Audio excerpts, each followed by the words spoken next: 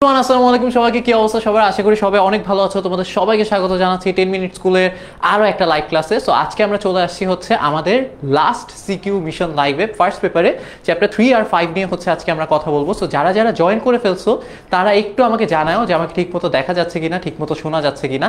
So আজকে হচ্ছে যে বিষয়গুলো নিয়ে আমরা কথা বলবো সেটা হচ্ছে গিয়ে তোমাদের চ্যাপ্টার 3-তে কোন কোন বিষয়ে আসে, কোন কোন বিষয় থেকে সিকিউ আসে স্পেশালি, সেই টপিকগুলো নিয়ে কথা বলবো। সো যারা যারা একটু জয় করে ফেলতেছো তারা একটু আমাকে তাড়াতাড়ি জানাও যে আমাকে ঠিকমতো দেখা যাচ্ছে কিনা, ঠিকমতো শোনা যাচ্ছে কিনা, আমার পেছনে যে স্ক্রিনটা আছে সেটা ঠিকমতো দেখতে পাচ্ছ কিনা। সবচেয়ে ইম্পর্টেন্টলি যারা জয়েন করছো তাড়াতাড়ি ফ্রেন্ডদেরকে মেনশন দাও, ফ্রেন্ডদের সাথে শেয়ার করো, যেন হচ্ছে সবাই মিলে আমরা একসাথে ক্লাসটা করতে পারি। অ্যাজ ইউ নো যে অল্প মানুষ থাকলে ক্লাস নিতে অত একটা মজা লাগে না। যখন তোমরা হচ্ছে ক্লাস নিবা এক সময় এসে ইনশাআল্লাহ, তখন হচ্ছে তোমরাও সেটা ফিল করতে পারবা। ঠিক আছে? সো একটু আমাকে জানো, আমাকে দেখতে পাচ্ছ, শুনতে পাচ্ছ, সব কিছু ঠিকঠাক আছে? আর হচ্ছে গিয়ে সবার প্রিপারেশন কেমন? পরীক্ষা তো আর বেশি দিন বাকি নাই, অনেক দিন ছুটি খাইছো, মানে ছুটি ছিল, আশা করি ছুটি চিল করো নাই, বসে বসে তোমরা একটু পড়াশোনাও করছো। সো একটু আমাকে বলো কেমন পড়াশোনা করলা, প্রিপারেশন কত দূর, কি অবস্থা না অবস্থা, এগুলো নিয়ে হচ্ছে একটু কথা টথা বলো। তারপর হচ্ছে গিয়ে আমরা পড়াশোনায় ঢুকে যাব। ঠিক আছে? তো আজকে হচ্ছে চ্যাপ্টার 3 দিয়ে আমরা শুরু করবো আর চ্যাপ্টার 5 দিয়ে আমরা শেষ করব। চ্যাপ্টার 5 কিন্তু তোমাদের জন্য অ্যাটলিস্ট তোমাদের জন্য অনেকই সহজ, কারণ সিলেবাসে যতটুকু রাখছে ওখান থেকে এক টাইপের প্রশ্নই হয় প্রত্যেকবার, ওই এক টাইপের প্রশ্নই হচ্ছে আমরা দেখবো। বাট চ্যাপ্টার 3-তে একটু কয়েক টাইপের প্রশ্ন আসে। কোন টাইপের প্রশ্নগুলো আসে সেগুলো হচ্ছে আমরা আজকে ওগুলো নিয়ে কথা বলবো। ঠিক আছে? আমি ইশরাত জাহান মিলাকে দেখতে পাচ্ছি। হ্যালো ইশরাত, কি অবস্থা? আর হচ্ছে যারা অনেকে জয়েন করতেছো আস্তে আস্তে, যারা জয়েন করতেছো একটু ফ্রেন্ডদের সাথে শেয়ার করো, ফ্রেন্ডদেরকে মেনশন দাও, আমরা পড়াশোনা শুরু করে দিব। অলরেডি স্লাইড খুলে রাখছি, জাস্ট তোমাদের আশায় ওয়েট করতেছি, এখনই শুরু করে দেবো। না হলে, কারণ যেহেতু পরীক্ষার আগে তোমাদের কাছ থেকে বেশি সময় নিব না, তোমাদের বেশি সময় নিয়ে আসলে তো আমার লাভ নাই। সো আমি জাস্ট দেখা দিব যে চ্যাপ্টার 3 থেকে কি টাইপের প্রশ্ন আসে। এখানে জাস্ট একটা জিনিসই ইম্পর্টেন্ট, তোমাকে উদ্দীপকটা ধরাটা ইম্পর্টেন্ট, উদ্দীপকটা কিভাবে ধরতে হয় অ্যান্ড তারপরে অ্যান্সার কিভাবে করতে হয়। ঠিক আছে? কেমিস্ট্রিতে উত্তর খুবই সহজ, প্রশ্ন খালি কঠিন হয়। প্রশ্ন কঠিন হয় সত্যি কথা, প্রশ্ন ধরতে পারে না। প্রশ্ন ধরতে পারলে উত্তর অনেক সহজ, বুঝছো? ঠিক আছে। জুনায়েদ আলম আকাশ বলতেছে হ্যালো। ঠিক আছে। আর হচ্ছে সবাই হচ্ছে রেডি থাকলে আমরা শুরু করি। ঠিক আছে? ওকে। সো যে জিনিসটা নিয়ে কথা বলবো আজকে, যে চ্যাপ্টার 3-তে দেখো তোমার, আমি আগের ক্লাসগুলোতে তোমরা যেমন দেখছো, আমি ক্লাস নিয়েছি, ফারদিন ভাই ক্লাস নিয়েছে, ইউসা ভাই ক্লাস নিয়েছে, সবাই হচ্ছে আমরা যেটা করছি যে প্রত্যেক চ্যাপ্টারকে কতগুলো টপিকে ভাগ করছি।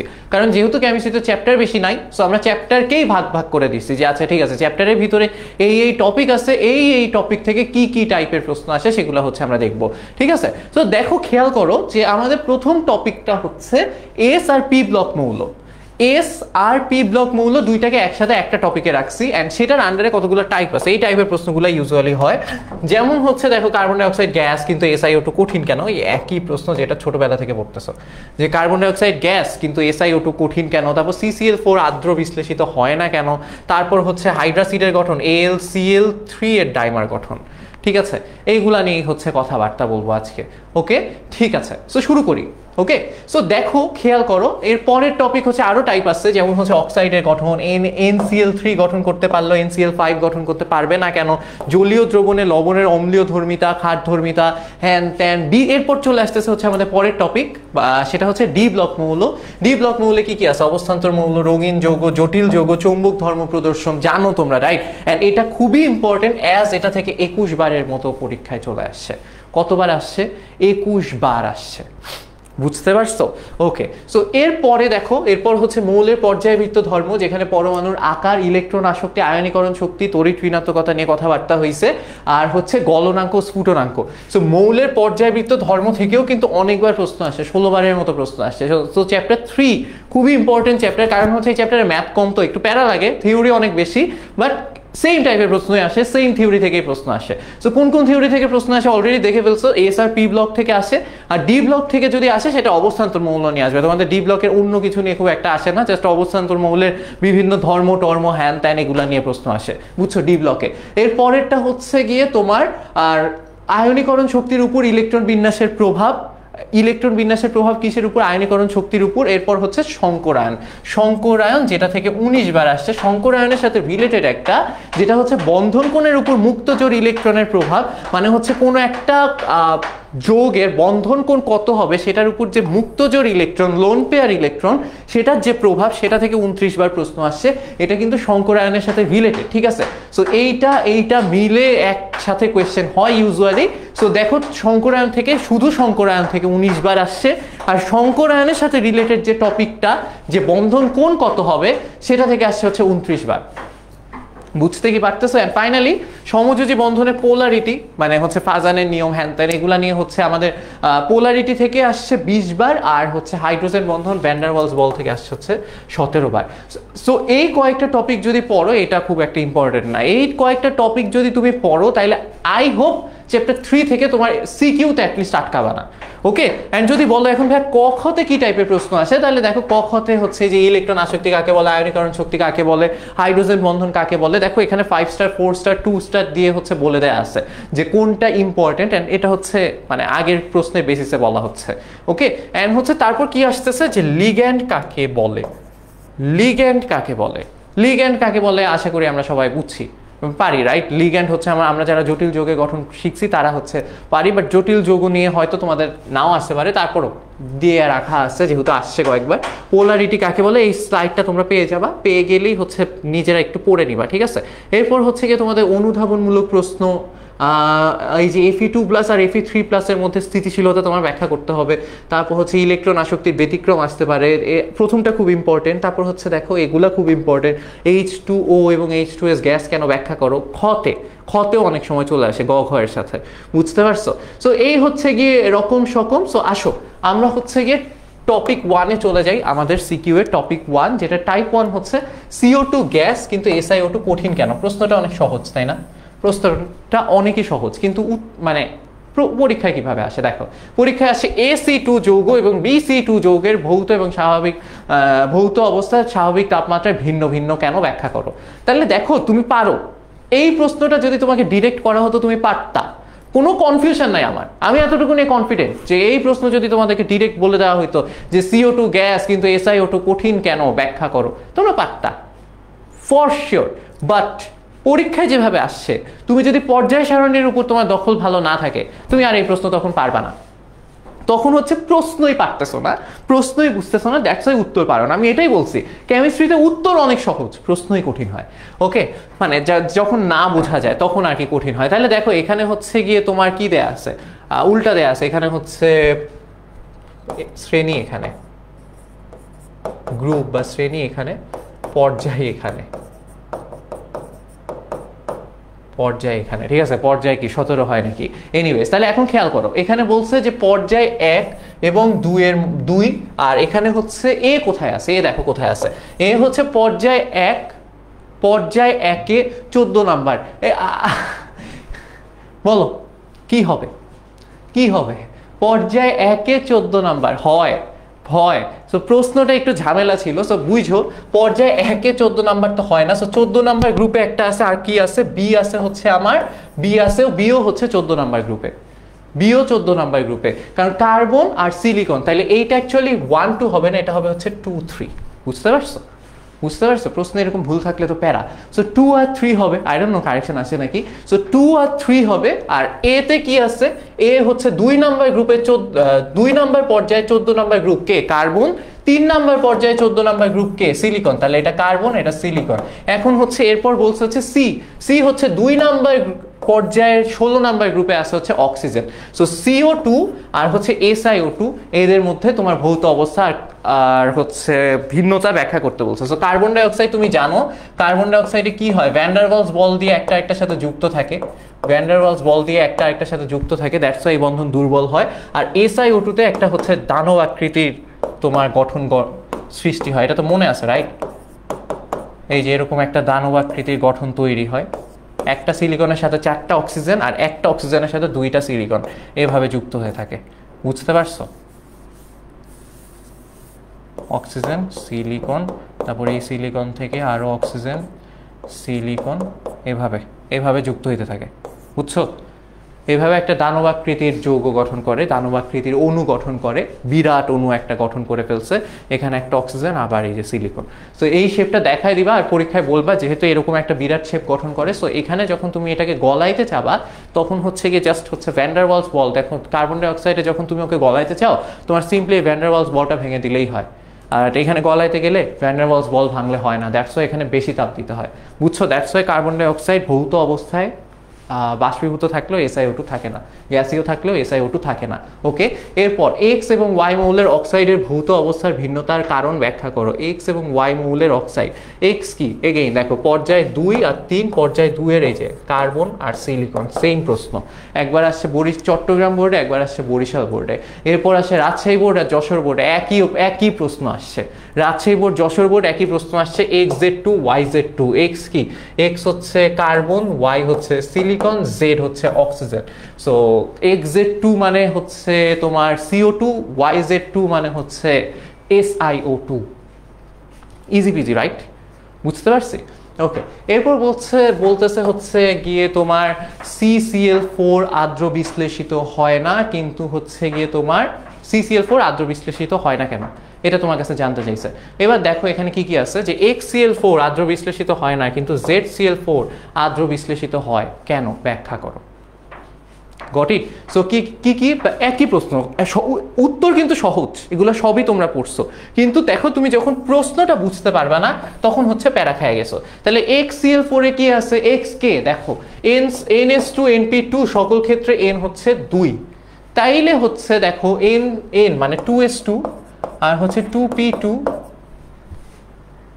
2s2 2p2 আমার কি x, হ্যাঁ 2s2 2p2 আর হচ্ছে এখানে আছে অবভিয়াসলি একটা 1s2, তাহলে এটা কি? এটা কি? কার্বন, CCl, এটা হচ্ছে কার্বন, রাইট? সো এটা হচ্ছে কার্বন, এটা হচ্ছে কি 4 5 6 আর হচ্ছে 7 8, তাহলে এটা হচ্ছে অক্সিজেন। আর হচ্ছে তোমার জেড কি বলো তো? জেড হচ্ছে 3s2 3p2, লাস্টে আছে হচ্ছে 3s2 3p2। আসো দেখি জেড কি হবে, 3s2 আর 3p2 লাস্টে আছে, তার মানে আমার এইদিকে আছে 2s2 2p2 আর 1s2। গুণে দেখো এবার কি এটা, 2 2 4 2 6 7 8 9 10, কি এটা? 2p2 হবে না, 2p6, গুণ কি হবে? 2 2 4 আর 10 11 12 13 14, 14 নাম্বারে কে আছে? 14 নাম্বার কে হয় বলো? সহজ, না পারলে কিছু করার নাই, সিলিকন, রাইট? হ্যাঁ। সো CCl4 আর্দ্র বিশ্লেষিত হয় না কিন্তু SiCl4 আর্দ্র বিশ্লেষিত হয় কেন, ব্যাখ্যা করো। একই প্রশ্ন, দেখছো? বাট প্যারা খেয়ে গেছো, তাই না? এরপর দেখো প্যারা খেয়ে যাও নাই, আশা করি, আমার বিশ্বাস প্যারা খেয়ে যাও নাই। AlCl3 এর ডাইমার গঠন তোমার কাছে জানতে চাইছে। AlCl3 এর ডাইমার কিভাবে গঠন হয় দেখো, বলছে BC3 যৌগের ভৌত অবস্থার পরিবর্তন ব্যাখ্যা তাপ প্রয়োগে BC3 যৌগের ভৌত অবস্থার পরিবর্তনের কারণ বিশ্লেষণ করো। তাহলে খেয়াল করো, এর পরের প্রশ্ন সেম, যে নিম্ন তাপমাত্রায় AD3 আণবিক ভর দ্বিগুণ হয়, ব্যাখ্যা করো। সো এ কি? এখানে প্রথমে দেখো বি কি? বি হচ্ছে গ্রুপ 13 3 নাম্বার পর্যায়ে, গ্রুপ 13 হচ্ছে অ্যালুমিনিয়াম। 3 নাম্বার পর্যায়ে গ্রুপ 13 হচ্ছে অ্যালুমিনিয়াম। আর হচ্ছে তোমার উপরে কে আছে 17 নাম্বার পর্যায়ে, 17 নাম্বার পর্যায়ে 3 নাম্বার হচ্ছে ক্লোরিন। তার মানে এখানে আমাকে বলছে AlCl3 তে আমি যখন তাপ প্রয়োগ করব ভৌত অবস্থার পরিবর্তন ব্যাখ্যা করতে বলছে। এখানে একই জিনিস বলছে, দেখো নিম্ন তাপমাত্রায় AD3, এ কি? এ হচ্ছে প্রথমে নিয়নের ইলেকট্রন বিন্যাস, মানে 10, 10 সাথে 1 2 3, 3 যোগ করলে কত হয়? 13, তার মানে এটা কি? অ্যালুমিনিয়াম। এগেইন এটা হচ্ছে ক্লোরিন।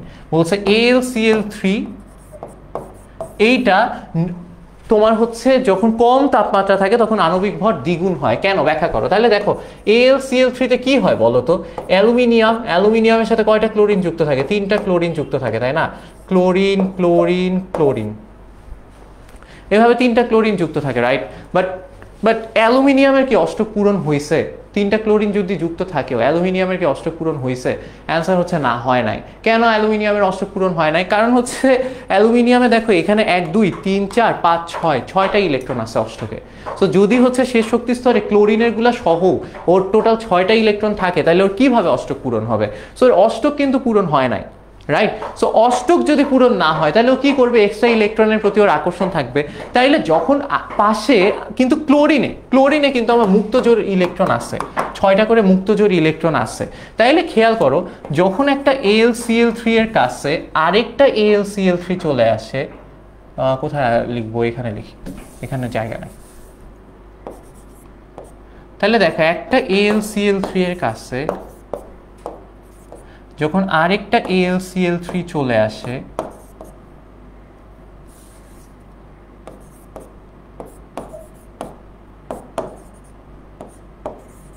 আরেকটা AlCl3 চলে আসে, তখন কি হয়?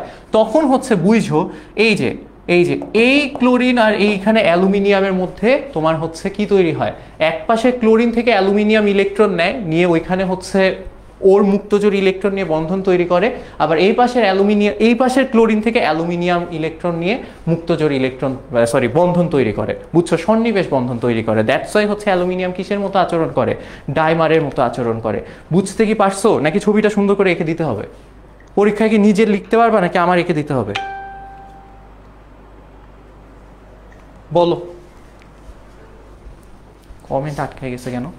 নিজেরা কে কে পারো? AlCl3 এর গঠন পরীক্ষায় আসলে সুন্দর করে এঁকে ফেলতে পারবা কে কে?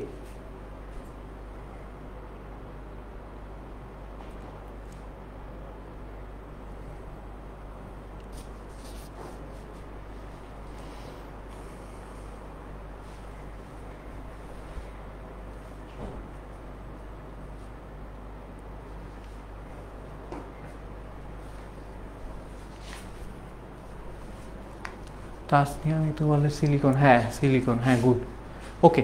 তারপরে এরপর যাই, অক্সাইড গঠন পারবা তো, রাইট? সো আচ্ছা দেখায় দিব, এমন কিছু না, তুমি জাস্ট এইভাবে বন্ধন দেখাইলেই হবে। তারপরে যদি মনে হয় দেখায় দেন ভাই, দেখায় দিই। দেখো Cl Cl Cl, ইউজুয়ালি এভাবে আঁকলে হচ্ছে দেখাইতে সুবিধা হয়, এমন কিছু না, না এমনি আঁকলেও কিছু আসে যায় না। Cl Cl, তাহলে এই ক্লোরিন হচ্ছে এই অ্যালুমিনিয়ামকে ইলেকট্রন দেয়, এই ক্লোরিন হচ্ছে এই অ্যালুমিনিয়ামকে ইলেকট্রন দেয়। That's it. এইভাবে দেখানো যায়, ওভাবেও দেখানো যায়, তোমার যে এইভাবেই দেখাইতে হবে এমন কোনো বাধ্যবাধকতা নাই, বুঝছি? আচ্ছা, এরপরেরটা হচ্ছে অক্সাইড গঠন।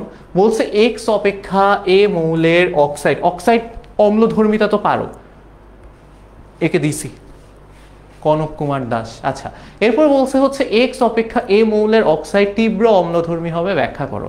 এক্স অপেক্ষা, এক্স কি আর এ কি?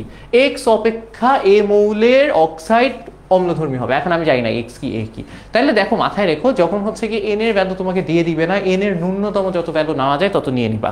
এন এর ভ্যালু কি 1 নেওয়ার কোনো সুযোগ আছে আমার কাছে? না, এন এর ভ্যালু আমি 1 নিতে পারতেছি না, কারণ হচ্ছে দেখো এন এর ভ্যালু যদি 1 নেই, 1p তো নাই, তাহলে আমি 2 নিতে পারি। সো এখানে কি হবে, এটা হচ্ছে 2s2 2p3,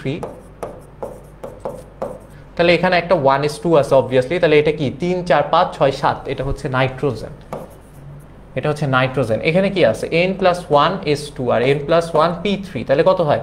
এটা হচ্ছে 3s2 3p3, তার আগে আছে হচ্ছে 10, 10 + 5 কত হয়? 15, ঠিক আছে? 10 + 5 কত হয়? 15, তাহলে এটা কি ফসফরাস, এটা হচ্ছে ফসফরাস। আর এটা কি হবে? এটা হচ্ছে 5 6 7 আর 10 কত হয়? 17, তাহলে এটা হচ্ছে ক্লোরিন। তাহলে এখন তোমার কাছে জানতে চাইছে এক্স অপেক্ষা এ মৌলের অক্সাইড তীব্র অম্লধর্মী হবে, এক্স কি? এক্স হচ্ছে গিয়ে ফসফরাস, না এক্স কি ফসফরাস, হ্যাঁ ফসফরাস।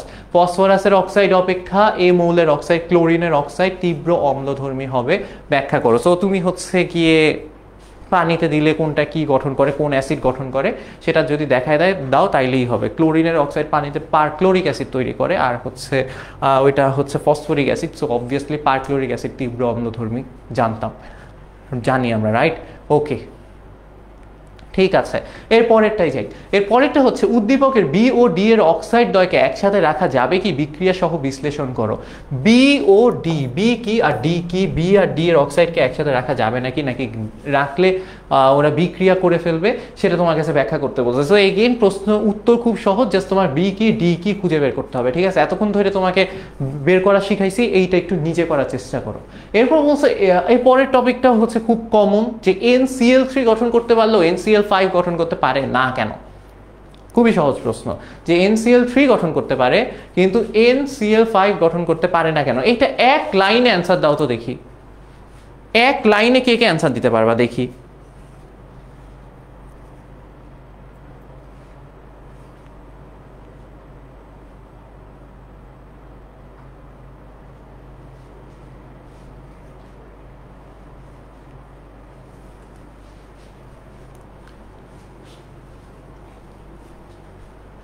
এক লাইন অ্যান্সার দিতে পারছো না কেউ? আলহামদুলিল্লাহ ভালো আছি, তোমাদের কি অবস্থা? এক লাইনে অ্যান্সার খুবই সহজ, যে এনে নাইট্রোজেনের ডি অরবিটাল নাই, নাইট্রোজেনে কোনো ডি অরবিটাল নাই। নাইট্রোজেনে যেহেতু ডি অরবিটাল নাই, তাই নাইট্রোজেনের যোজনী 5 পর্যন্ত হইতে পারে না। NCl5 গঠনের জন্য নাইট্রোজেনের যোজনী 5 হইতে হবে। যেমন হচ্ছে দেখো, ফসফরাসেরটা আমি যদি দেখাই তোমাকে, তাহলে তুমি বুঝবা যে নাইট্রোজেনে কি সমস্যা হয়। ফসফরাস হচ্ছে 1s2 2s2 2p6 3s2 3p3, এটা হচ্ছে ফসফরাস, রাইট? 3p3। তাহলে খেয়াল করো, 3p3 কে আমি এভাবে না লিখে আমি লিখতে পারি 3px1 3py1 3pz1। এই যে ফসফরাসের হচ্ছে 3 যোজনী 3 আছে, 3টা হচ্ছে আমার কি আছে, বিজোড় ইলেকট্রন আছে। বাট ফসফরাস যখন হচ্ছে গিয়ে আমার এক্সাইটেড স্টেটে চলে যায় 1s2 2s2 2p6, দেখো কি হবে, 3s থেকে এখানে কিন্তু একটা 3d অরবিটাল আছে যেখানে কোনো ইলেকট্রন নাই, রাইট? সো যখন হচ্ছে এটা হচ্ছে এক্সাইটেড স্টেটে চলে যাবে, তখন কি হবে, 3s থেকে ইলেকট্রন, দেখো 3s1 হবে, 3s থেকে একটা ইলেকট্রন কই চলে যাবে, 3d তে। তাহলে 3px1 3py1 3pz1 3d, যে কোনো একটা d এর যে কোনো অরবিটালে গেছে, 3d1 দিলাম, ঠিক আছে? সো এইবার খেয়াল করো এইখানে, এইবার দেখো মজার ব্যাপারটা দেখো, তাইলে ফসফরাসে কিন্তু যেহেতু একটা ডি অরবিটাল ফাঁকা ছিল, তাই 3s থেকে একটা ইলেকট্রন যখন ডি তে ঝাঁপ দিছে, তখন হচ্ছে এক্সট্রা, মানে আগে 3টা ছিল তোমার অযুগ্ম ইলেকট্রন, এখন হয়ে গেছে কয়টা, 5টা। বাট নাইট্রোজেনে কি ডি অরবিটাল আছে? নাই। তাহলে নাইট্রোজেনে কি s থেকে 2s থেকে 2d তে তো ঝাঁপ দেওয়ার মতো ব্যাপার নাই, যেহেতু ডি নাই, যেহেতু ডি নাই, দ্যাটস ওয়াই হচ্ছে 3s থেকে ইলেকট্রন ডিতে যাইতে পারে না, এন্ড দ্যাটস ওয়াই নাইট্রোজেনে 5 তোমার যোজনী তৈরি হতে পারে না। বুঝতে পারছো? ইজি পিজি, খুবই সহজ। Got it? ঠিক আছে। এরপর দেখো, এরপর হচ্ছে গিয়ে QA5 এবং XA5 যৌগ গঠনের সম্ভাব্যতা যুক্তি সহ তোমাকে আলোচনা করতে বলছে। আমি আবার বলতেছি, QA5 XA5 গঠনের সম্ভাব্যতা, আমার মনে হচ্ছে, আমি উদ্দীপক এখনো দেখি নাই, উদ্দীপক না দেখে আমার মনে হচ্ছে এটা এগেইন নাইট্রোজেন NCl5 আর PCl5, অথবা নাইট্রোজেনের 5 যোজনী, এই যে Q আর X, একটা নাইট্রোজেন একটা ফসফরাস, আমি প্রশ্ন দেখে মনে হচ্ছে, দেখো দেখি হয় নাকি। সো দেখো এখানে বলছে এগেইন n এর যেহেতু ভ্যালু দেয়া নাই, n এর সবচেয়ে ছোট ভ্যালুটাই ধরে নিবা। n এর সবচেয়ে ছোট ভ্যালুটা কত? n এর সবচেয়ে ছোট ভ্যালুটা হচ্ছে 2, রাইট? নাইট্রোজেনের সবচেয়ে ছোট ভ্যালুটা কত ভাইয়া? নাইট্রোজেনের সবচেয়ে ছোট ভ্যালুটা হচ্ছে 2। Goat it? আর হচ্ছে এইখানে দেখো খেয়াল করো, x এর কি হবে? সো n এর সবচেয়ে ছোট ভ্যালু 2, নাইট্রোজেনে কেন বলছি, তাহলে এখানে দেখো কি হবে, 2s2 2p3, আর এখানে আমার একটা 1s পড়ে আছে, 1s দেখায় নাই, তাহলে এখানে কত হয়েছে, যোগ করে দেখো কত হয়। 1s2 2s2 2p3, এটা কি নাইট্রোজেন না? 7 হয়েছে না? 7 হয়েছে না? এক্স্যাক্টলি, এটা নাইট্রোজেন। এটা যদি নাইট্রোজেন হয়, তাহলে এটা বোঝাই যাচ্ছে এটা ফসফরাস হবে, কারণ হচ্ছে সব সেম, জাস্ট n থেকে n+1 হয়েছে, n থেকে n+1 হয়েছে। সো তোমার নাইট্রোজেন আর ফসফরাসের, আমি আবার বলতেছি, নাইট্রোজেন আর ফসফরাসের কি হয়েছে তোমার, এ কি ক্লোরিন, এ কি ক্লোরিন, দুইটারই ক্লোরাইডের তোমার হচ্ছে গিয়ে গঠন ব্যাখ্যা করতে বলছে। তাহলে দেখো NCl5, একটা হচ্ছে NCl5 আর একটা বলছে PCl5, কোনটা গঠন হয় কোনটা গঠন হয় না, একই প্রশ্ন, একই প্রশ্ন। বুঝতে পারছো? Got it? ঠিক আছে। এরপর দেখো, এরপর দেখো, এই যে আর বারবার বলবো না, আর বারবার বলবো না, একই প্রশ্ন। এটা একবার আসছে দিনাজপুর বোর্ডে, একবার আসছে কুমিল্লা বোর্ডে, দিনাজপুর বোর্ডে 23-এ আসছে, কুমিল্লা বোর্ডে 22-এ আসছে, কিন্তু ঘুরে ফিরে সে একই প্রশ্ন, ঘুরে ফিরে সে একই প্রশ্ন। দ্যাটস ওয়াই হচ্ছে আমি এখানে আর বারবার বলবো না, বাদ, শেষ। এবার বলছে জলীয় দ্রবণে লবণের অম্লধর্মিতা তোমার ব্যাখ্যা করতে বলছে, জলীয় দ্রবণে লবণের অম্লধর্মিতা। তাহলে দেখো উদ্দীপকে CG3 যৌগটি জলীয় দ্রবণে অম্লীয় ব্যাখ্যা করো। CG3 K A B C, এটা তৃতীয় পর্যায়ে সবকিছু। তৃতীয় পর্যায়ে কে কে আছে? তৃতীয় পর্যায়ে শুরু হয় সোডিয়ামকে দিয়ে, সোডিয়াম, তারপর কে ম্যাগনেসিয়াম, তারপর কে এটা সোডিয়াম, এটা তাহলে ম্যাগনেসিয়াম, এটা অ্যালুমিনিয়াম, অ্যালুমিনিয়াম, অ্যালুমিনিয়ামের জি কি, জি হচ্ছে ক্লোরিন, জি কি, জি হচ্ছে ক্লোরিন। বলছে অ্যালুমিনিয়ামের ক্লোরিন মানে ক্লোরাইড মানে হচ্ছে AlCl3, AlCl3 এর পানিতে অম্লধর্মিতা তোমার ব্যাখ্যা করতে বলছে। খেয়াল করো, অ্যালুমিনিয়াম যখন পানিতে দাও তখন হচ্ছে অ্যালুমিনিয়ামকে না, AlCl3 কে যখন তুমি পানিতে দাও, ও হচ্ছে পানির সাথে বিক্রিয়া করে, ঠিক আছে? ও পানির সাথে বিক্রিয়া করে বানায় হচ্ছে AlOH3 আর হচ্ছে HCl এটা বানায় ফেলে। ইউজুয়ালি বলা হয় যেহেতু HCl তৈরি হয়েছে দ্যাটস ওয়াই HCl শক্তিশালী অ্যাসিড, তাই এটা পানিতে অম্লধর্মিতা তৈরি করে। এটা হচ্ছে একটা জিনিস বলা হয়, বাট জিনিসটা মাথায় রাখবা অ্যালুমিনিয়াম যখন 3+ হয়ে যায়, AlCl3 পানিতে গিয়ে যখন অ্যালুমিনিয়াম তোমার H2O এর সাথে যুক্ত হয় তখন অ্যালুমিনিয়াম কি বানাচ্ছে দেখো তো, AlOH3 বানাই ফেলতেছে না, আর এখান থেকে H+ মুক্ত হয়ে পানিতে চলে আসতেছে। বেসিক্যালি এই প্রসেসে H+ পানিতে মুক্ত হয়, তখনই অ্যাসিডিটি ক্রিয়েট হয় পানির মধ্যে, ঠিক আছে। বাট অনেকে এই যে ব্যাখ্যা বলে সেটা তুমি ধরে নিতে পারো যে AlCl3 প্লাস H2O যখন বিক্রিয়া করে তখন AlOH3 আর HCl তৈরি হয়। যেহেতু এই HCl অনেক একটা শক্তিশালী অ্যাসিড, তাই পানিতে অ্যাসিডিটি তৈরি হয়। এটা হচ্ছে একটা জিনিস বলা হয়, ঠিক আছে। বাট মনে রাখবা যে অ্যালুমিনিয়াম যখন পানির সাথে যুক্ত হয়ে AlOH3 তৈরি করতেছে, সেই মোমেন্টেই পানি থেকে H+ বের হয়ে চলে যায়, সেইটাই বেসিক্যালি অ্যাসিডিটি তৈরির মেইন কারণ। এটা মাথায় রেখো, ওকে। তুমি যদি ডিপে যে এটা বুঝো তাইলে এটাই হবে। এরপর বলছে সি যৌগের সালফেটের জলীয় দ্রবণের প্রকৃতি ব্যাখ্যা করো। সি যৌগকে আল্লাহ জানে। বলছে হচ্ছে পর্যায় 4 11 নাম্বার গ্রুপ। আচ্ছা শুনো, মাথায় রেখো, পর্যায় 4-এর 12 নাম্বার যে গ্রুপে আছে, 12 নাম্বার গ্রুপের পর্যায় 4 এটা হচ্ছে জিঙ্ক। সবসময় মনে রাখবা জিঙ্ক ইউজুয়ালি তোমরা যেটা করো 1 থেকে 30 পর্যন্ত মৌল মুখস্থ রাখো। সো 30 নাম্বার যে মৌলটা সেটার পজিশনটা তোমার জানতে হবে যেন আশেপাশের মৌলগুলো একটু বুঝতে পারো কোনটা কে। তাহলে দেখো পর্যায় 4-এ 12 নাম্বার গ্রুপে কে আছে, পর্যায় 4-এ 12 নাম্বার গ্রুপে তোমার জিঙ্ক থাকে। তাহলে পর্যায় 4-এর 11 নাম্বার গ্রুপে কে আছে, জিঙ্কের আগেরটা কে, কপার। বুঝছো? সো এখানে আমাকে বলছে কপার সালফেটের জলীয় দ্রবণের প্রকৃতি ব্যাখ্যা করতে। ওই একই কপার সালফেট। এগেইন তুমি যদি এটাকে পানিতে দাও, কপার সালফেটকে যদি তুমি পানিতে দাও তাহলে তোমার হবে হচ্ছে কপার হাইড্রোক্সাইড প্লাস H2SO4। যেহেতু H2SO4 শক্তিশালী অ্যাসিড তাই পানিতে হচ্ছে গিয়ে অম্লধর্মিতা তৈরি হবে। বাট এগেইন ব্যাখ্যা ওই আগের মতোই, যখন কপার গিয়ে হাইড্রোজেনের সাথে কপার গিয়ে যখন পানির সাথে বিক্রিয়া করতেছে সেই মোমেন্টে, আবার বলতেছি কপার গিয়ে পানির সাথে যখন বিক্রিয়া করতেছে সেই মোমেন্টেই হচ্ছে গিয়ে H+ বের হয়ে যাচ্ছে প্লাস CuOH2 তৈরি হচ্ছে। মাথায় রেখো এই H+টা আগেই বের হয়, ওকে। আচ্ছা এরপর আসো ক্ষারধর্মিতা। বলছে ZX3 যৌগ অপেক্ষা YX3 যৌগ অধিক ক্ষারীয় কেন, ব্যাখ্যা করো। এই টাইপের প্রশ্নগুলো একটু মনে রাখবা। এই টাইপের প্রশ্ন যখন দিছে তখন তোমাকে এই প্রশ্নই করছে, এটাই হয় প্রশ্ন যে একটা হবে NH3 আর একটা হবে PH3। এই দুইটার ক্ষারধর্মিতা ইউজুয়ালি চায়। আসো দেখি মিলায় দেখবা এবার পরীক্ষায়, হ্যাঁ কোনটাকে।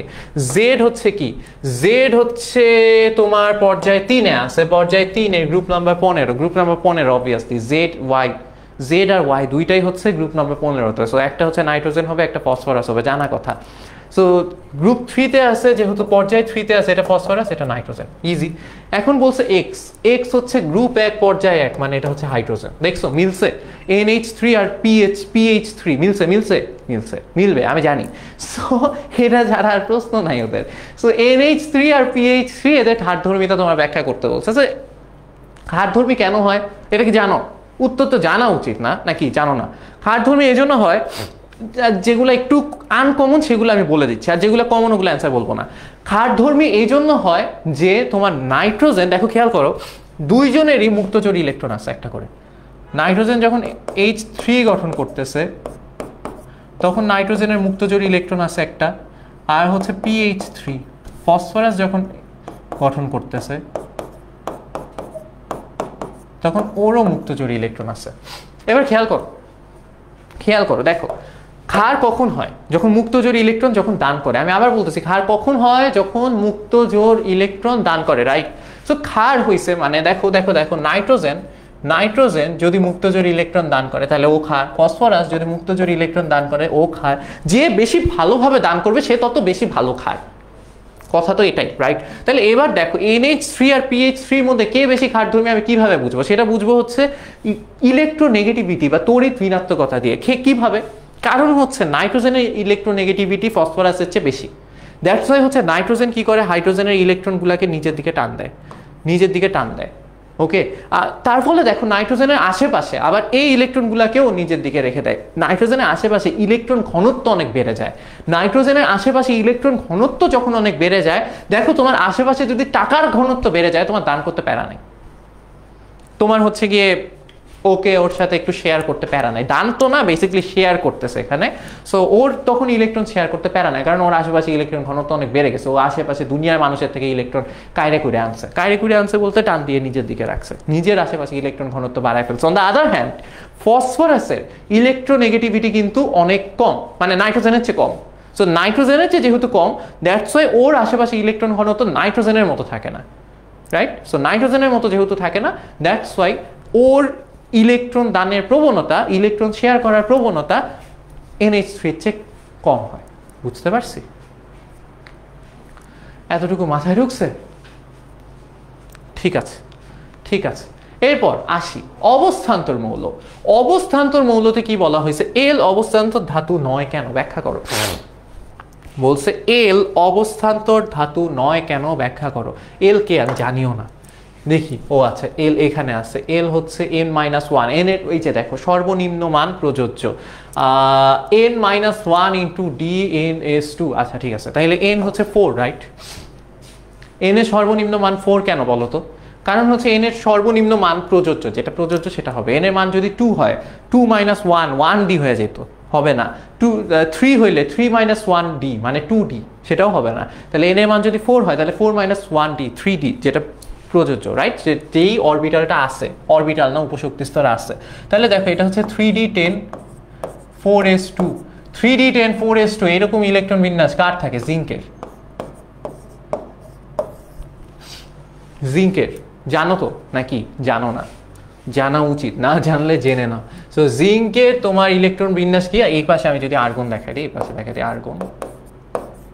ওকে, সো আর্গনের সাথে যদি 3d10 4s2 এভাবে থাকে, এটা জিঙ্কের ইলেকট্রন বিন্যাস। ওকে, সো জিঙ্কের ইলেকট্রন বিন্যাসে জিঙ্ক কেন অবস্থান্তর ধাতু না, এটা তোমার ব্যাখ্যা করতে বলছে। অবস্থান্তর ধাতু হয় কখন, হয় না কখন? অবস্থান্তর ধাতু এই চ্যাপ্টার থেকে আমি তোমাকে বলি, একজন প্রশ্ন করছে এই চ্যাপ্টার থেকে কয়টা সিকিউ আসবে। এই চ্যাপ্টার থেকে ফার্স্ট অফ অল 2টা সিকিউ আসবে মাস্ট, 2টা আসবেই আসবে। 3টা এসে পড়লে অবাক হওয়ার কিছু নাই। ওকে, সো 2টা আসবেই, 2টা আসবেই সব চ্যাপ্টার থেকে। তুমি যদি হিসাব করো 4কে 2 দিয়ে ভাগ দিলে 2টা আসবে, বাট কোনো চ্যাপ্টার থেকে কমা এই চ্যাপ্টার থেকে 3টাও দিয়ে দিতে পারে। ইনফ্যাক্ট অন্য চ্যাপ্টারের গ ঘ সেটার মধ্যে ক খ এই চ্যাপ্টারের দিয়ে দিতে পারে, কিচ্ছু অবাক হওয়ার নাই। বুঝছি? আচ্ছা, সো এখানে কি বলছে জিঙ্ক অবস্থান্তর মৌল না কেন, এটা ছোটবেলা থেকে পড়তেছে। আমি স্কুলের বাচ্চাদেরকে এখনো পড়াই, মানে স্কুলে যাদেরকে পড়াই ওদেরকেও আমি এটা পড়াই যে জিঙ্ক কেন অবস্থান্তর না। সো আশা করি তুমি জানো। সো জিঙ্কের একটা সুস্থিত আয়ন নিবা, জিঙ্কের সুস্থিত আয়ন হচ্ছে Zn2+।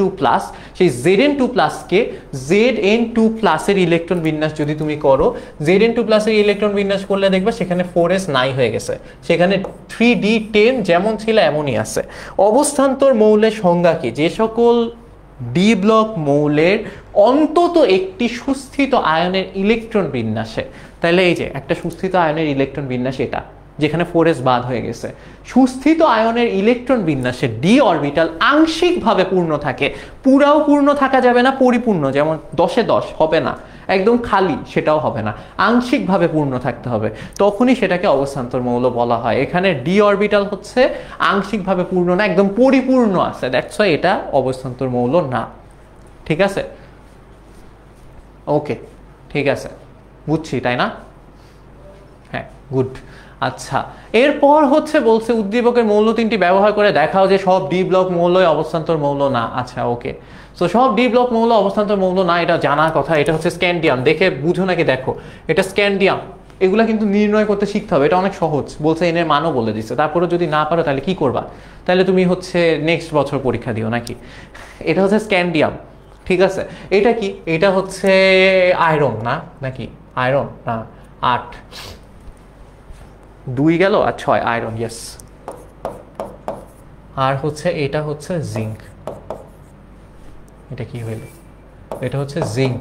সো তুমি যখন হচ্ছে প্রত্যেকটার অন্তত একটা সুস্থিত আয়ন নিবা, ঠিক আছে? স্ক্যান্ডিয়ামের সুস্থিত আয়ন হচ্ছে এস স্ক্যান্ডিয়াম 3+। আয়রনের সুস্থিত আয়ন যে কোনোটা নিতে পারো, Fe2+ নিয়েও করতে পারো, Fe3+ নিয়েও করতে পারো, কিছু আসে যায় না, দুইটাই সুস্থিত আয়ন। ওকে, যে কোনো একটা নিয়ে করলেই হবে। আর জিঙ্কের সুস্থিত আয়ন হচ্ছে Zn2+। এখন যদি বলো ভাই আমি স্ক্যান্ডিয়াম 3+ই কেন নিতে হচ্ছে, আমি স্ক্যান্ডিয়াম 2+ নিব, এটা সুস্থিত আয়ন না, তো হবে না। স্ক্যান্ডিয়াম যদি 2+ নেওয়া যেত তাইলে কিন্তু হয়ে যেত, বুঝছি, বুঝতে পারছো? ওকে, আচ্ছা, এরপর MQ এবং MQ2 যৌগের মধ্যে কোনটি রঙিন ব্যাখ্যা করো। এই যে ওই একই জিনিস দিয়ে ব্যাখ্যা করে দিতে পারবা। MQ আর MQ2 দুইটার মধ্যে কোনটা রঙিন? আচ্ছা, এটা একটা ভালো প্রশ্ন। দেখো এম কি, এম বুঝে গেছি। এম দেখো প্রশ্নের ধরন রকম সকম দেখেই বুঝে যাওয়া যায় যে এটা কি ধরনের প্রশ্ন। এই MQ আর MQ2 যৌগ দুটির মধ্যে কোনটা রঙিন কোনটা রঙিন না ব্যাখ্যা করো। দেখো একটু ক্রিটিক্যাল থিঙ্কিং অ্যাবিলিটি নিয়ে আসো নিজের মধ্যে। হ্যাঁ, যে MQ আর MQ2 বুঝাই যাচ্ছে কিউ হচ্ছে 17 নাম্বার গ্রুপে, তাহলে ফ্লোরিন কিছু একটা হবে, এটা 2। 3 নাম্বার পর্যায়ে 17 নাম্বার গ্রুপ, তার মানে এটা ক্লোরিন হবে, বুঝাই যাচ্ছে। তাইলে হচ্ছে এম অবভিয়াসলি একটা ধাতু। সেই ধাতু, কোনো একটা ধাতু যেটার সাথে ক্লোরিন একটা যুক্ত হতে পারে, আবার কোনো একটা ধাতু যেটার সাথে ক্লোরিন দুইটাও যুক্ত হতে পারে। ক্লোরিন একটা যুক্ত হতে পারে, ক্লোরিন দুইটাও যুক্ত হতে পারে। অ্যান্ড সেটা হইলে তার মানে ধাতুর চার্জ একবার প্লাস হচ্ছে, একবার 2+ হচ্ছে।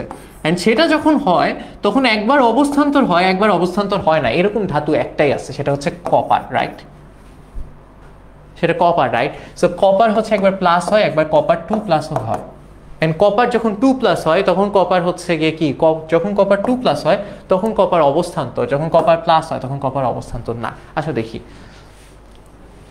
দেখি কপার অবস্থান্তর না, যখন মানে অবস্থান্তর হিসাবে কাউন্ট হচ্ছে না, মানে তখন হচ্ছে ডি ব্লক পরিপূর্ণ থাকতেছে, তখন হচ্ছে গিয়ে তোমার ও রঙিন যৌগ গঠন করতে পারতেছে না। বুঝছো? আসবেন নাকি? ঠিক আছে, আচ্ছা, তাহলে হচ্ছে গিয়ে এরপর কি, কলেজে বানায় বাসে নিয়ে চলে। আচ্ছা, তো দেখো কিভাবে বুঝলাম। এখন আসো দেখি কপার মিলছে নাকি। পর্যায় 4 গ্রুপ 11, একটু আগে দেখছো পর্যায় 4 গ্রুপ 11 হচ্ছে কপার হয়। পর্যায় 4 গ্রুপ 11, সো কপার, ইজি, সহজ, দেখছো? সো তোমাকে এখানে কপার নিয়ে কাজ কারবার করতে বলতেছে। সো আমি কিন্তু উদ্দীপক দেখিও নাই, উদ্দীপক দেখার আগে প্রশ্ন দেখে বুঝে যাওয়া যায়। আচ্ছা, এর বাইরে ওদের হাতে প্রশ্ন নাই, টিচারদের হাতে এত প্রশ্ন নাই ভাইয়া, বুঝছো? সো যেহেতু টিচারদের হাতে এত প্রশ্ন নাই, সো টিচাররা ঘুরে ফিরে এই কয়েকটা টাইপেরই প্রশ্ন করে। Got it? তাহলে আসো দেখি কপার প্লাস আর কপার 2+ কোনটার অবস্থান্তর কোনটা অবস্থান্তর না জানো। এটা অবস্থান মানে এটা ডি ব্লক অর্ধ মানে আংশিকভাবে পূর্ণ থাকবে, এটা ডি ব্লক কিছুই থাকবে না, পরিপূর্ণ থাকবে অ্যাকচুয়ালি। দ্যাটস ওয়াই এইটা রঙিন যৌগ গঠন করতে পারবে না। সো এরপর হচ্ছে রঙিন যৌগ গঠন নিয়ে তোমাদেরকে বিশ্লেষণ করতে বলছে। রঙিন যৌগ গঠন যেই বই হোক, আমি সব বই দেখছি, সব বই খুব সুন্দর করে দেয়া আছে, তুমি এতদিন পড়ে ফেলার কথা। রঙিন যৌগ গঠন পারো না কে কে? হাত তুলো। এখন চলে যাবে পোলাপান, এখন চলে যাবে, এখন উত্তর না দিয়ে চলে যাবে। রঙিন যৌগ গঠন পারো না কে কে? আমি একটু ওদেরকে দেখতে চাই।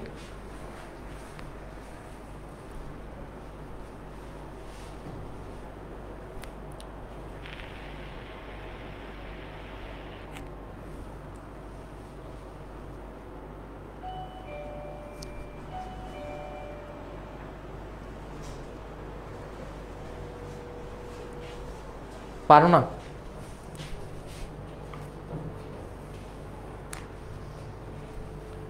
পেরে নাও, পরীক্ষা কয়েকদিন পর, কিভাবে এখন না পারতেছো? আচ্ছা, যাই হোক। সো এখন বলছে এই মৌলটি রঙিন যৌগ গঠন করলে বি মৌল রঙিন যৌগ গঠন করে না কেন ব্যাখ্যা করো। ওই একই প্রশ্ন, একই টাইপের প্রশ্ন, যে রঙিন যৌগ গঠন করে কি করে না, সেটার জন্য তোমার ডি ব্লক আংশিকভাবে পূর্ণ থাকতে হবে, পুরো ভরে গেলেও হবে না, আর হচ্ছে তোমার হচ্ছে আংশিক ভরে গেলেও মানে খালি থাকলেও হবে না, ঠিক আছে? আংশিক ভরে থাকলে তাইলেই হবে।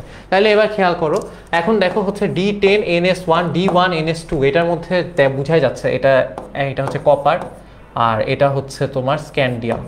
কপার আর স্ক্যান্ডিয়ামের মধ্যে কে রঙিন যৌগ গঠন করে কে করে না, একটা অবস্থান্তর না। সো স্ক্যান্ডিয়াম যেহেতু অবস্থান্তর না, প্রথমে কপারের 2+ নিবা, তারপরে নন ডিজেনারেটেড অবস্থা দেখাবা, স্ক্যান্ডিয়াম 3+ নিবা, অ্যান্ড সেখানে ডি অরবিটাল খালি দেখাবা, 5টাই খালি।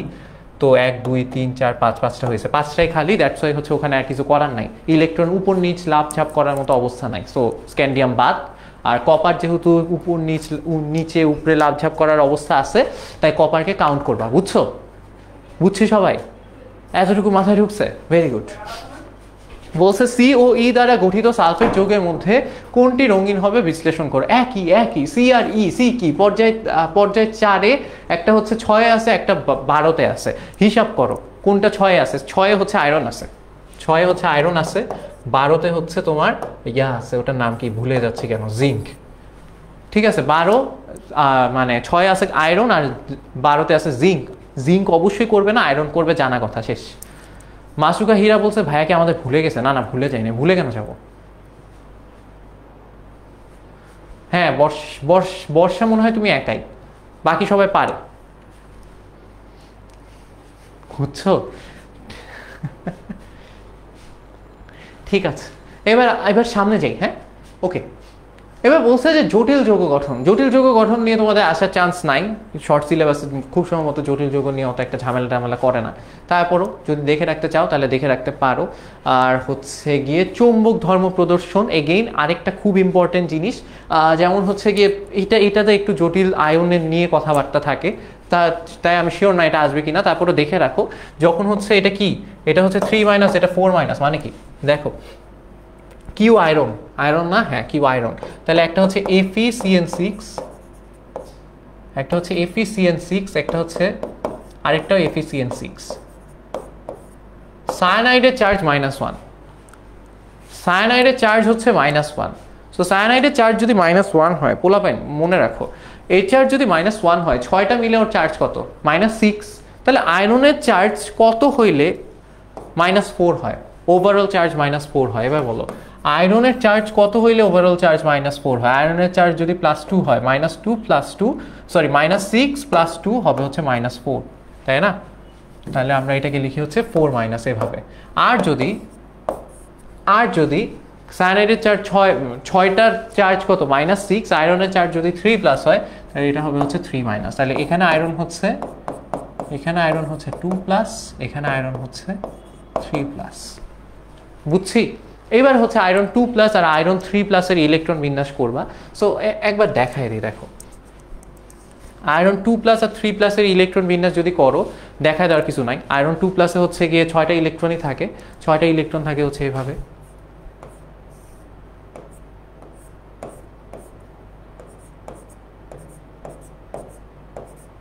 এভাবে। আর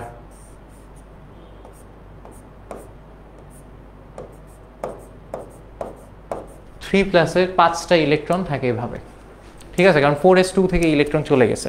3+ এ থাকে 5টা ইলেকট্রন ডি অরবিটালে, আর হচ্ছে ডি উপশক্তি স্তরে, আর 2+ এ থাকে হচ্ছে 6টা ইলেকট্রন, রাইট? এরপর হচ্ছে ডিপেন্ড করে হচ্ছে কোন লিগ্যান্ড আসছে সেটার উপর। লিগ্যান্ড এসে যদি হচ্ছে গিয়ে ইলেকট্রনগুলোকে পুনর্বিন্যাস করে, লিগ্যান্ড এসে যদি পুনর্বিন্যাস করে কি করবে? ইলেকট্রনগুলোকে চাপায় দেবে। দেখো ইলেকট্রনগুলো কিন্তু এখন ফাঁকা ভাবে আছে, চাইলেই কিন্তু এখানে 2টা ঢুকা যায়। তাহলে এখানে তো আগে থেকেই 2টা আছে, এখানেও 2টা চলে আসবে। এই যে এদেরকে ওই পাশে পাঠায় দিবে, এই পাশে পাঠায় দিবে রুম খালি করার জন্য। বুঝতে পারছো? বাসায় যখন গেস্ট আসে, অনেক মানে ধরো খুব নামি দামি, মানে তোমার বড় কোনো গুরুজন আসে, তখন কি হয়? বাসায় সবগুলা মিলে জড়মড়ো হয়ে এক রুমে কষ্ট মষ্ট করে থাকে, তাদেরকে রুম ছেড়ে দেয়, ঠিক আছে? মানে ধরো তাদেরকে তোমরা অনেক রেসপেক্ট করো, এরকম কেউ যদি আসে, তাহলে সেরকমভাবে এখানে দেখো 6টা ইলেকট্রন ছিল, 6টা ইলেকট্রনের মধ্যে একটা রুমে 2টা ছিল, বাকি সব রুমে একজন একজন করে ছিল। যেহেতু 2টা রুম ছেড়ে দিতে হবে, দ্যাটস ওয়াই কি করছে, ওই 2জনকেও এই 2জনের সাথে পাঠিয়ে দিছে, 3জনের চাপাচাপি করায় রাখছে। তাহলে এখন দেখো এখানে 6টা ইলেকট্রন কিভাবে আছে? জোড়ায় আসে না? দ্যাটস ওয়াই এটাকে বলা হয় হচ্ছে ডায়াম্যাগনেটিক, ঠিক আছে? এটাকে কি বলা হয়? ডায়াম্যাগনেটিক। আর এটা কেমন? এখানে ইলেকট্রনগুলো কিভাবে থাকবে? যদি কেউ চাপায়ও দেয়, এই রুমে 2জন, এই রুমে 2জন, আর এই রুমে একজন থাকতেই হবে, কারণ 5টা ইলেকট্রন, 6টা ইলেকট্রন তো নাই। তাহলে এইটা হচ্ছে প্যারাম্যাগনেটিক, কারণ হচ্ছে এখানে একটা ইলেকট্রন অযুগ্ম অবস্থায় আছে। বুঝছি? আচ্ছা, এরপর হচ্ছে পর্যায়বৃত্ত ধর্ম, যেখানে হচ্ছে আকার টাকার নিয়ে কথা বলা হয়েছে।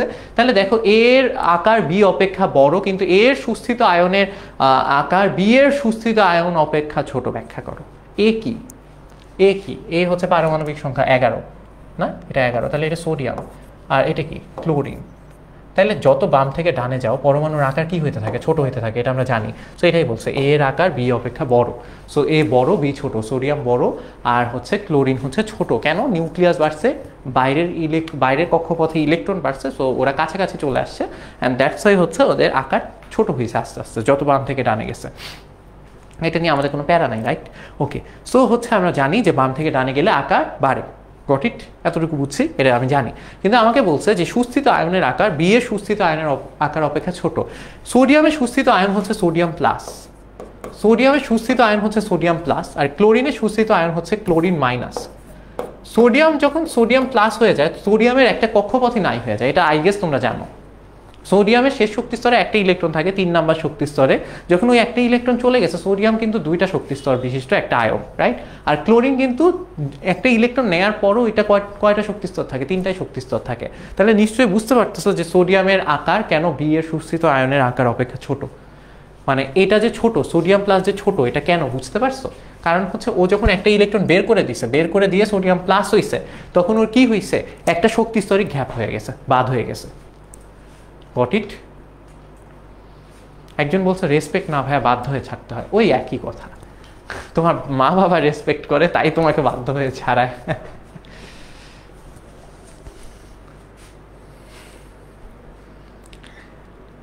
আচ্ছা, আব্দুল্লাহ নোমান বলছে বাসায় যাই হয়ে যাক আমি আমার ঘর ছাড়ি না। তাহলে তো ইলেকট্রন তো তোমাদের চেয়ে অনেক আদব কায়দা সম্পন্ন, তাই ইলেকট্রন জায়গা ছেড়ে দেয়। যখন লিগ্যান্ড আসে ইলেকট্রন জায়গা ছেড়ে দেয়। ঠিক আছে, প্রথম পত্র আগের ক্লাসে পিডিএফ পাও নাই, দিয়ে দিব না সবগুলো একসাথে, সবগুলো পিডিএফই আলাদা করা আছে। এরপর হচ্ছে ইলেকট্রন আসক্তি। ইলেকট্রন আসক্তিতে হচ্ছে বলা হয়েছে যে বি ও ডি এর ইলেকট্রন আসক্তি তুলনামূলক ব্যাখ্যা দাও। বি কি ডি কি জানি না, আল্লাহ জানে। আচ্ছা, বি হচ্ছে ফ্লোরিন আর ডি হচ্ছে ক্লোরিন। দেখো, ফ্লোরিন আর ক্লোরিন এদের মধ্যে ইলেকট্রন আসক্তির তুলনামূলক ব্যাখ্যা আছে। তুমি কি এটা জানো তো, তাই না? গ্রুপ 17-এ কি হয়? ফ্লোরিন, তারপর কে আছে? ফ্লোরিনের পর আছে ক্লোরিন, তারপর কে? ব্রোমিন, তারপর কে আছে? Iodine. Fluorine, chlorine, bromine, iodine. So এখন খেয়াল করো, উপর থেকে যত নিচে যাও ইলেকট্রন আসক্তি কমার কথা, ইলেকট্রন আসক্তি কমার কথা। সেই হিসাবে ফ্লোরিনের ইলেকট্রন আসক্তি ক্লোরিনের ইলেকট্রন আসক্তি অপেক্ষা বেশি হওয়া উচিত ছিল। আমি আবার বলতেছি যে ক্লোরিন অপেক্ষা, মানে উপর থেকে নিচে গেলে ইলেকট্রন আসক্তি কমে, সেই হিসাবে ফ্লোরিনের ইলেকট্রন আসক্তি সবচেয়ে বেশি হওয়ার কথা ছিল। কিন্তু অ্যাকচুয়ালি ক্লোরিনের ইলেকট্রন আসক্তি বেশি হয়। কেন বেশি হয় এটা একটু বুঝো। কারণ হচ্ছে দেখো, ফ্লোরিন আর ক্লোরিনের শেষ শক্তি স্তরে দুইজনেরই 7টা করে ইলেকট্রন, বাট ফ্লোরিনের শেষ শক্তি স্তর হচ্ছে 2 নম্বর শক্তি স্তর, ক্লোরিনের শেষ শক্তি স্তর 3 নম্বর শক্তি স্তর। 2 নম্বর শক্তি স্তরে ইলেকট্রন ধারণ ক্ষমতা 8, 3 নম্বরে হচ্ছে 18। 3 নম্বর শক্তি স্তরে ইলেকট্রন ধারণ ক্ষমতা কত? 18। এখন দুইজনেরই ইলেকট্রন আছে 7টা করে। দেখো, 8টা একটা বাসা যেই রুমে 8 জন ম্যাক্সিমাম থাকতে পারে, সেই রুমে অলরেডি 7 জন থাকতেছে, কষ্ট করেই থাকতেছে। মানে 8 জন থাকলে বহুত কষ্ট হবে, তারপরেও থাকবে। কিন্তু এখন 7 জন থাকতেছে, তারপরেও কষ্ট করেই থাকতেছে। ঠিক আছে, এখন যদি কি নাম ওর, ফ্লোরিন, ও যদি বলে আমি আরেকজনকে নিয়ে আসবো, তখন বাকি 7 জন প্রোটেস্ট করা শুরু করবে, কেন আরেকজনকে আনতে হবে, আরেকজনকে আনা যাবে না, এমনি কষ্ট করে থাকি, বাসায় মাত্র 8 জন থাকতে পারে, আইসে তো বাসার একদম ভরায় ফেলার কোনো কারণ দেখতেছি না। বুঝছো, এরা প্রোটেস্ট শুরু করে। Got it? বাট তুমি যখন হচ্ছে এখানে আসো, ক্লোরিনের কেসে আসো, তখন না এই ক্লোরিন যখন বলে আমি আরেকজনকে নিয়ে আসবো, তখন হচ্ছে এই 7 জন ওরকম প্যারা দেয় না, কারণ বলে আচ্ছা ঠিক আছে বাসায় 18 জন থাকতে পারে, আমরা তো মাত্র 7 জনই আছে, আসুক আরেকজন, প্যারা নাই। বুঝছো? দ্যাটস ওয়াই হচ্ছে এখানে যদি আরেকজন আসেও কিছু আসে যায় না। সো এই যে ব্যাপারটা ঘটে, এই 7 জন কোনো প্রোটেস্ট করে না, এই 7 জন তখন প্রোটেস্ট করে। দ্যাটস ওয়াই হচ্ছে এখানে ইলেকট্রন আসক্তি, এই ঝামেলা টামেলা দেখে ইলেকট্রন আসক্তি ওর কমে যায়, দূর লাগবে না ইলেকট্রন। আর ক্লোরিনের হচ্ছে দ্যাটস ওয়াই ফ্লোরিনের চেয়ে ইলেকট্রন আসক্তি বেশি হয়। সো উপর থেকে নিচে ইলেকট্রন আসক্তি যদিও বা কমার কথা, বাট ক্লোরিনের ইলেকট্রন আসক্তি ফ্লোরিনের চেয়ে বেশি হয়, এটা একটা ব্যতিক্রম। ঠিক আছে,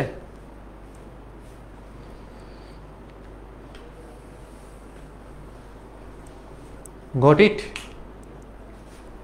না না না, ফার্স্ট পেপার এফআরএল ক্লাস হয়ে যায় না, কালকে আছে এফআরএল, কালকে সন্ধ্যা 7:30টায়। কালকে আমি আসতেছি, আমার সাথে ফারদিন ভাইও থাকবে, তোমাদের ইউসা ভাইও থাকবে, একসাথে থাকবো আমরা কালকে। সো কালকে 7:30টায় আমরা 10 মিনিট স্কুলের মেইন পেজ থেকে আসতেছি, সেটা এই গ্রুপেও হবে, ইউটিউবেও থাকবে।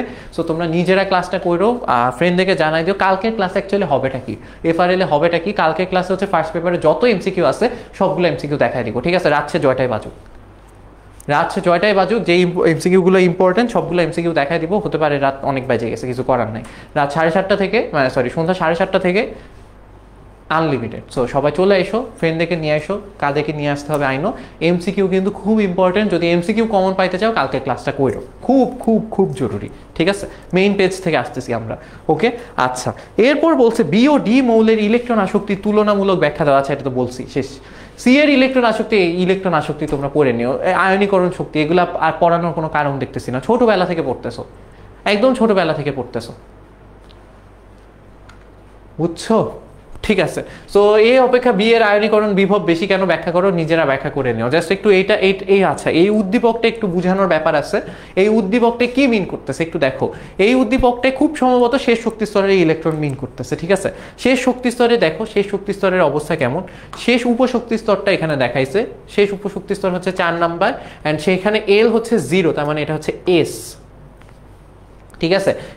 L0 হলে M0ই হয়, এস হইলে এটা দেখার কোনো দরকার নাই। আর সেখানে তার মানে এটা কি 4s শুধু প্লাস হাফ আছে, মানে 4s1, এটা কি 4s1, আগের বাকি সবকিছু যেমন ছিল তেমনই আছে। 4s1 কি বলো তো, দেখি কেমন পারো। 4s1 কি জানো? জানা উচিত তো, তাই না? Potassium, right? 4s1 কি? পটাশিয়াম, ওকে? আর এর পরেরটা কি?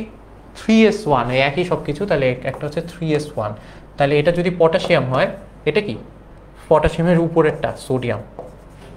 বলছে কোনটার আয়নীকরণ বিভব বেশি, এগুলা কি বলার দরকার আছে? এখানে জাস্ট তোমাকে হচ্ছে উদ্দীপক দিয়ে প্যারা দিতে চাইছে, কিন্তু আমি তো জানি তোমরা উদ্দীপক নিয়ে প্যারা খাবা না। এখানে তড়িৎ ঋণাত্মকতার ক্রম নিয়ে কথা বলতে বলছে, কার কার? এক্স, এ, বি, সি, ABC এর তড়িৎ ঋণাত্মকতার ক্রম নিয়ে কথা বলতে বলছে, তৃতীয়, চতুর্থ, পঞ্চম। সো 17 নম্বর গ্রুপে তোমার হচ্ছে হ্যালোজেনগুলো তড়িৎ ঋণাত্মকতা উপর থেকে নিচে বাড়ে না কমে সেটা বলে দিবা, ঠিক আছে? গলনাঙ্ক, স্ফুটনাঙ্ক দেখো, এখানে বলছে সি, ডি, ই, এফ ও জি বিন্দুর ক্রম পরিবর্তনের কারণ ব্যাখ্যা করো। সি, ডি, ই, এফ, জি, আচ্ছা ঠিক আছে। তাহলে এখানে হচ্ছে কিভাবে বুঝবো কোনটা কি? পারমাণবিক সংখ্যা, কিন্তু কিছু তো দেয়া নাই পারমাণবিক সংখ্যা। হায়, এখানে পারমাণবিক সংখ্যা লেখা নাই কেন? আমি কিভাবে ধরবো? আমি কি এটাকে 11 ধরে নিব? তো এটা যদি আমি এটাকে 11 ধরে নিই, aluminium, silicon, phosphorus, sulphur, chlorine, argon, এই তো। সো ধরে নিছি, কিছু দেয়া নাই, আমি কি করব? সো এখানে হচ্ছে তোমাকে তোমাকে হচ্ছে অ্যালুমিনিয়াম, সিলিকন, ফসফরাস, সালফার আর হচ্ছে ক্লোরিনের কি এটা গলনাঙ্কের ক্রম ব্যাখ্যা করতে বলছে। গলনাঙ্ক বহুতবার পড়ছো, বহুতবার ক্লাসে পড়াইছি, একবার দেখে নিও জাস্ট গলনাঙ্ক কিভাবে হয়। এই একই জিনিস আসে, একই পর্যায়ে গলনাঙ্কের যে ক্রমটা চেঞ্জ হয় সেটা একটু দেখে নিবা, ঠিক আছে? এটা কত নাম্বার পর্যায়ে? এটা হচ্ছে 3 নাম্বার পর্যায়ে। সো তোমার কাজ হচ্ছে 3 নাম্বার পর্যায়ে আর 4 নাম্বার পর্যায়ে এই দুইটা গলনাঙ্কের ক্রমটা একটু দেখে নেওয়া। 4 নাম্বার পর্যায়ে সবগুলা না, অ্যাটলিস্ট জিঙ্ক পর্যন্ত গলনাঙ্কের ক্রমটা দেখে নিবা, ঠিক আছে?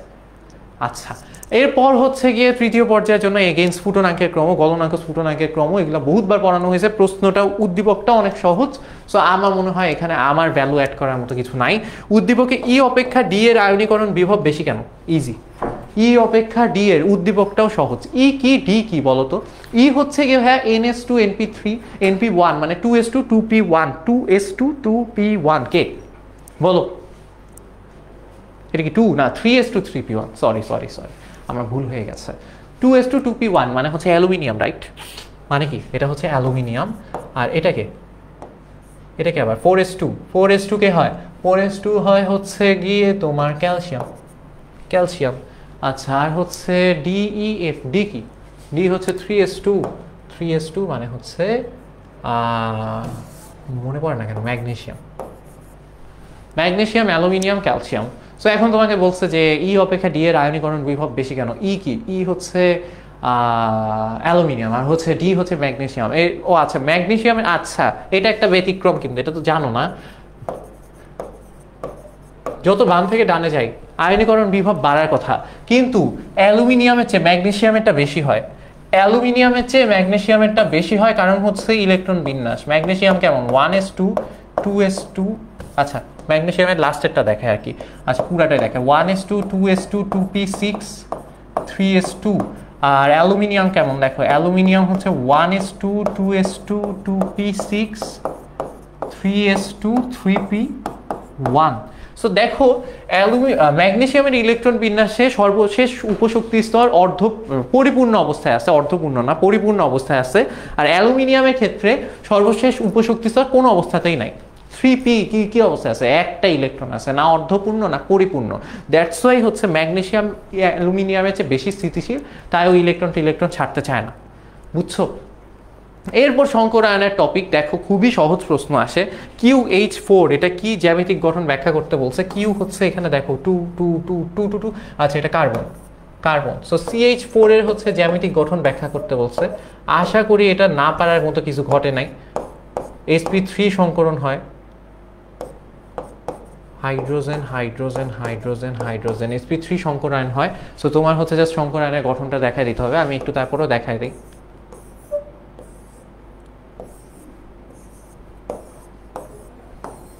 এই হচ্ছে তোমার কি নাম এটা, CH4, বুঝছি। এরপর বলছে XY2 এর সংকরায়নের ধারণায় ব্যাখ্যা করো। XY2 কি? X হচ্ছে কার্বন, Y হচ্ছে অক্সিজেন। সো CO2 কেমন দেখ বলো তো, কার্বনে এইদিকে দুইটা অক্সিজেন এরকম না CO2 এর গঠন? তাইলে বলো তো কার্বনে কি সংকরণ হয়েছে? কার্বনে হচ্ছে দুইটা পাই বন্ড, যেহেতু সিগমা বন্ড কয়টা? দুইটা, তার মানে এই দুইটা নিয়ে কাজ করো। এই দুইটা যদি সিগমা বন্ড হয়, মাথায় রাখবা যদি কার্বনে 4টাই সিগমা বন্ড হয়, যেমন একটু আগে দেখছো 4টাই সিগমা বন্ড হয়, কার্বনে যদি 4টাই সিগমা বন্ড হয় তখন হয় হচ্ছে sp3। দেখো কি আছে, 3টা p একটা s সংকরায়নে অংশগ্রহণ করছে, টোটাল 4টা সংকরায়নে অংশগ্রহণ করছে, রাইট? এখন যদি দেখো যে এখানে একটা মাত্র সিগমা বন্ড, টোটাল কয়টা সিগমা বন্ড? 2টা, তার মানে 4জন মিলে তার সংকরায়নে অংশগ্রহণ করবে না। 2টা p অরবিটাল, এই যে 2টা পাই বন্ড গঠন করার জন্য 2টা p অরবিটাল অসংকরিত অবস্থায় থাকবে। আমি আবার বলতেছি, 2টা পাই বন্ড গঠন করার জন্য 2টা p অরবিটাল অসংকরিত অবস্থায় থাকবে, বুঝতে পারছো? অ্যান্ড দ্যাট ইজ ওয়াই কার্বনে কোন সংকরায়ন হবে? কার্বনে হচ্ছে sp সংকরায়ন হবে। কি সংকরায়ন? sp, কার্বনে sp সংকরায়ন হবে। সো এরকম সরল রৈখিক সংকরায়ন হবে, বুঝতে পারছি? এতটুকু মাথায় ঢুকছে? ঠিক আছে। এরপর হচ্ছে যৌগের গাণিতিক জ্যামিতিক গঠন সংকরায়নের মাধ্যমে ব্যাখ্যা করো। 1 নাম্বার যৌগ sp3 দিয়ে সংকরায়ন ব্যাখ্যা করে দিও, যে এখানে কি সংকরায়ন হয়েছে, কেমন সংকরায়ন হয়েছে, কি হইলো না হইলো ব্যাখ্যা করে দিও। sp3 সংকরায়ন হয়েছে, sp3 সংকরায়ন হয়েছে পোলাপাইন, বুঝছি? ওকে, আর কি কিছু বলছে এখানে? না, এখানে আর কিছু বলে না। E2, আচ্ছা E2A4 বোঝা যাচ্ছে, C2H2 C2H4 দেখি নাই উদ্দীপক, এই দুইটাই হবে, কারণ ওদের হাতে প্রশ্ন নাই। আমি আবার বলতেছি, ওদের হাতে প্রশ্ন নাই। আসো দেখি, হচ্ছে 2 নাম্বার পর্যায়ে 14 number group, 14 number group. So obviously carbon হবে একটা, এটা হচ্ছে কার্বন, আর হচ্ছে E2A2AK, এ হচ্ছে হাইড্রোজেন। সো দেখো E2A2 মানে C2H2, E2A4 মানে C2H4, তার মানে একটা হচ্ছে ইথাইন, একটা হচ্ছে কি ইথাইন, এই যে ইথাইন, একটা হচ্ছে CH2 double bond CH2 ethene. এই দুইটার গঠন তোমাকে ব্যাখ্যা করতে বলছে। তাহলে এই দুইটার গঠন যদি ব্যাখ্যা করতে বলে, আমি যদি এটা একটু তোমাকে দেখাই, এটা কেমন। ইথাইন যেহেতু, খেয়াল করো, ইথাইন যেহেতু অবভিয়াসলি এখানে মাত্র একটাই সিগমা বন্ড আছে, দেখো, আচ্ছা CH এখানে থাকুক, এখানে দেখাই, কার্বন সিগমা বন্ড, এ পাশে একটা হাইড্রোজেনের সাথে আরেকটা করে এতে সিগমা বন্ড আছে, মাঝখানে যে বাকি দুইটা বন্ড আছে, এই দুইটা হচ্ছে ওদের পাই বন্ড, এই দুইটা হচ্ছে ওদের কি বন্ড? Pi bond. তাহলে আমি যদি কার্বনের ইলেকট্রন বিন্যাস দেখাই, কার্বন 1s2 2s2 2p2, তাই না? এটাকে আমি যদি দেখাই ওদেরকে, যে যাকে যেখানে পাঠায় 2s1 উত্তেজিত অবস্থায়, 2s1 2px1 2py1 2pz1। তাহলে তুমি আমাকে বলো তুমি আমাকে বলো ওরকে যদি আমার দুইটা পাই বন্ড গঠন করাতে হয়, পাই বন্ড শুধুমাত্র পাই বন্ড গঠনের জন্য আমার অসংকরিত পি অরবিটাল লাগবে। আমি আবার বলতেছি, পাই বন্ড গঠন করার জন্য আমার কি লাগবে? অসংকরিত পি অরবিটাল লাগবে। আমার যদি দুইটা পাই বন্ডের জন্য দুইটা পি অরবিটাল ছেড়ে দিতে হয় অসংকরিত পি অরবিটাল, তার মানে এই দুইটাকে আমি ফেলায় রাখবো, এই দুইটাকে আমি সংকরণে নিব না। কারণ কি, আমার দুইটা পাই বন্ডের জন্য দুইটা অসংকরিত পি অরবিটাল লাগবে, সো এরা সংকরায়ন থেকে বাদ। ঠিক আছে, তাহলে সংকরায়নের জন্য অ্যাভেলেবল কারা? এদের মধ্যেই খালি সংকরায়ন হবে। ঠিক আছে, সো সংকরায়নের ফলে নতুন দুইটা সংকরিত অরবিটাল তৈরি হবে। দুইজনের সংকরায়নে তিনটা চারটা সংকরিত অরবিটাল হয় না, যতজন সংকরায়নে অংশ নিচ্ছে ততগুলাই সংকরিত অরবিটাল হয়। তাইলে দেখো এখানে কি হবে, 1s2 2xy1 2xy2, এটা হচ্ছে সংকরিত অরবিটালের নাম। জাই বলো সাই বলো, এক একজন এক একটা বলে। সো দেখো তোমাদের সাই1 সাই2 দুইটা সংকরিত অরবিটাল, প্রত্যেকটা একটা করে ইলেকট্রন আছে। আর হচ্ছে 2py1 2pz1, এরা অসংকরিত অবস্থায় থেকে গেছে। ঠিক আছে, তাহলে এখানে বলো কি সংকরণ হয়েছে? একটা এস একটা পি, তাহলে কি সংকরণ হইল? SP সংকরণ, right? সো আমি যদি এই ছবিটা দেখাই, এই যে মাঝখানে একটা কার্বন, দুই কার্বনে একই অবস্থা হবে। সো এই যে মাঝখানে একটা কার্বন, এখানে মাঝখানে কার্বন, এই যে এই দুইটা হচ্ছে সংকরিত অরবিটাল, যেটা একটা হাত দিয়ে দেখাই। বাট মনে রাখবা সংকরিত অরবিটাল কিন্তু এরকম হয়, একটা হাত বড় একটা হাত ছোট। ছোটটা দেখাই না আমরা, খালি বড় পার্টটা দেখাই, এভাবে দেখাই। ঠিক আছে, গট ইট? আর হচ্ছে অসংকরিত অরবিটাল আছে, ওয়াই অ্যাক্সিস একটা, জেড অ্যাক্সিস একটা। সো ওয়াই অ্যাক্সিসে একটা অসংকরিত অরবিটাল, সেটা কেমন? ওয়াই অ্যাক্সিসের অসংকরিত অরবিটালকে দিলাম এরকম। পি অসংকরিত অরবিটালে কিন্তু দুইটা হাত, দুইটা নোড, জানো তো। আর হচ্ছে একটা জেড লাগবে আমার, তাই না?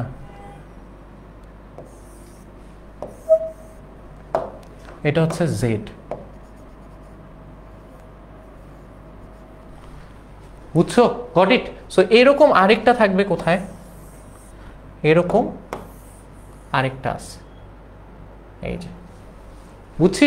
সো এই যে এটা হচ্ছে কিসের গঠন? এটা হচ্ছে CH2 এর গঠন, সরি C2H2 এর গঠন। তাহলে দেখো এই যে লালের সাথে লালের যে বন্ড হবে, এটা একটা পাই বন্ড হয়েছে, এটা একটা পাই বন্ড লালের সাথে লালে, এই যে একটা অসংকরিত অরবিটালের সাথে আরেকটা অসংকরিত পি অরবিটালের পাই বন্ড। আবার হচ্ছে গোলাপির সাথে গোলাপি, ওয়াই অ্যাক্সিস বরাবর যে পি গুলো আছে ওদের মধ্যে একটা পাই বন্ড হয়েছে, এখানে একটা পাই বন্ড হয়েছে।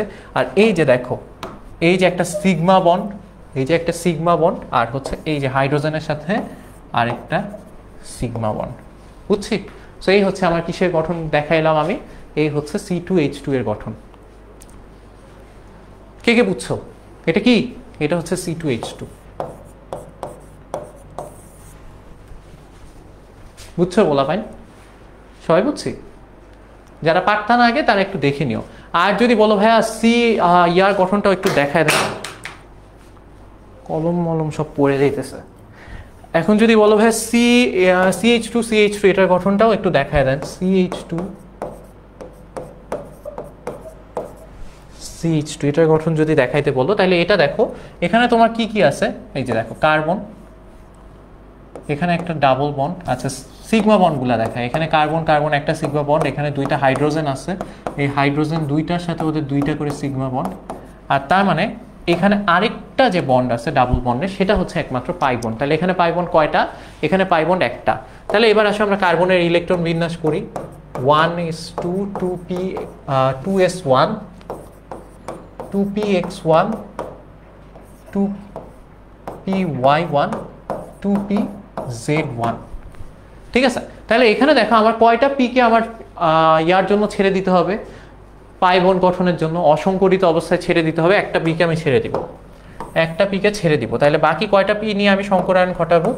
একটা এস আর দুইটা পি নিয়ে আমি সংকরায়ন ঘটাবো। তাহলে এখানে কি সংকরায়ন হবে? sp2 সংকরায়ন হবে, দ্যাটস ইট, বুঝছো? সো sp2 সংকরায়ন যদি হয়, কয়টা অরবিটাল মিলে হয়েছে? তিনটা অরবিটাল। তাইলে হচ্ছে তিনটা অরবিটাল মিলে আমার কয়টা সংকরিত অরবিটাল তৈরি করবে? তিনটা। তাহলে কি কি নাম হবে? 2xy1 2xy2 2xy3 আর হচ্ছে 2pz1 যেমন আছে অমন। সো তিনটা অসংকরিত অরবিটালে একটা করে ইলেকট্রন থাকতেছে, একটা একটা একটা, দ্যাটস ইট, শেষ। এই হচ্ছে কি আমার ইলেকট্রন থাকাথাকির অবস্থা। ওকে, সো এই যে তিনটা ইলেকট্রন আসতেছে, এবার দেখো দেখো দেখো দেখো, এই যে তিনটা আমার কি সংকরিত অরবিটাল, এটা থাকবে কিভাবে? এটা থাকবে হচ্ছে 120 ডিগ্রি অ্যাঙ্গেলে সমতলীয় ত্রিভুজাকার শেপে, মানে একটা তলেই থাকবে তিনজন ত্রিভুজাকার ভাবে থাকবে। তাহলে দেখো এই যে হচ্ছে আমার একটা কার্বন, এই যে হচ্ছে একটা কার্বন, আর হচ্ছে আমার সংকরিত অরবিটাল কয়টা? এই যে একটা, এই যে একটা, এই যে একটা। এই প্রত্যেকটা অ্যাঙ্গেলের মধ্যে, সরি প্রত্যেকটা নোডের মধ্যে, এই যে এখানে এখানে এখানে প্রত্যেকটা অ্যাঙ্গেল হচ্ছে কত করে? 120 ডিগ্রি করে, বুঝছি? সো এরকম এরকম এরকম আরেকটা তৈরি হবে, এরকম আরেকটা তৈরি হবে, আমার আবার রাখতে হবে, এটা ওভাবে হবে না। আরেকটা কার্বনে ওই একই ঘটনা ঘটবে, বুঝছি? এতটুকু বুঝছি? ঠিক আছে।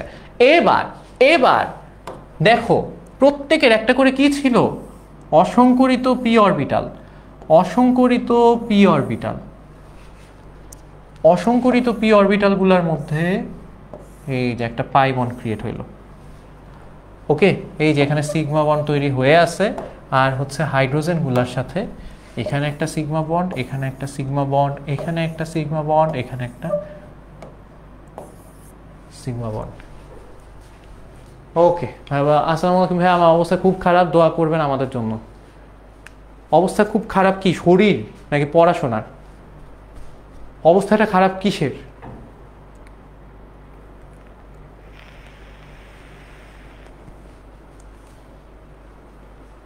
এতটুকু বুঝছো সবাই? ওকে, এরপর বলছে এম ও ডি মৌলদ্বয়ের হাইড্রাইডের বন্ধন কোণের ভিন্নতার কারণ বিশ্লেষণ করো। আচ্ছা, সো এই যে হাইড্রাইড গঠন নিয়ে এখানে বলা হয়েছে, এরপর কি আমি কি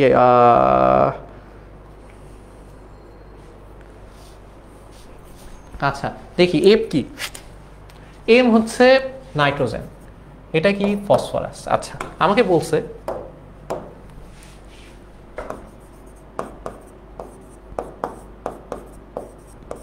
এই দুইটার বন্ধন কোণের ভিন্নতার কারণ বিশ্লেষণ করতে। একটু খেয়াল করো,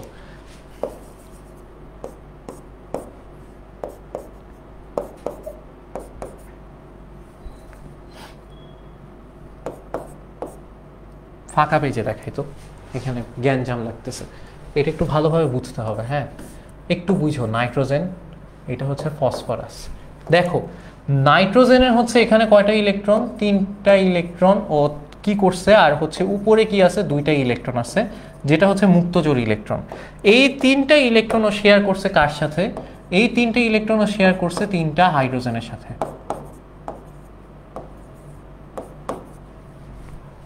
তিনটা কার সাথে? হাইড্রোজেনের সাথে। On the other hand phosphorus কি করছে? ফসফরাস হচ্ছে ওই একই কাজ করছে, তিনটা ইলেকট্রন শেয়ার করছে। অন দ্য আদার হ্যান্ড বলা উচিত হয় নাই, ভুল ইংলিশ প্রয়োগ, যাই হোক এই কাহিনী করছে। এবার দেখো, এবার দেখো নাইট্রোজেন আর ফসফরাসের মধ্যে কার তড়িৎ ঋণাত্মকতা বেশি?